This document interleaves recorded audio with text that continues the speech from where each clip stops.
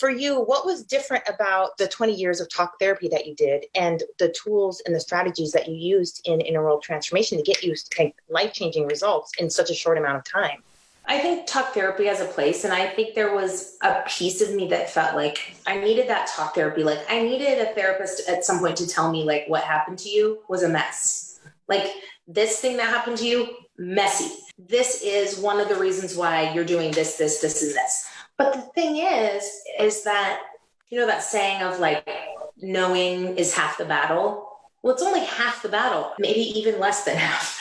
I knew why I was hurting, but the hurting was still there. Like knowing it and knowing why it's there doesn't actually solve it. That's kind of like knowing my toe hurts because somebody hit it with a hammer. It doesn't make it hurt less.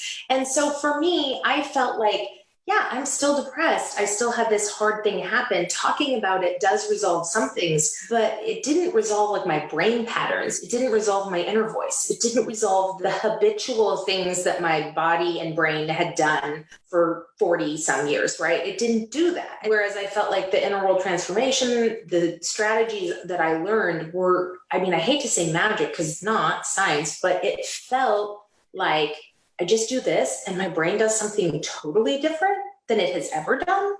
How is that possible? But I had to believe it, right? Like, I remember you telling me once, even if you don't believe it's working, just tap on the fact that you don't think it works. Like, just tap on that then. Like, you just do not put up with any excuses. You don't put it, the barrier is there and you just tap on that then. But don't do this. This isn't happening around and around and around. It's like, no, we'll just bust through that. It'll be fine. And I remember thinking, really? Isn't that easy?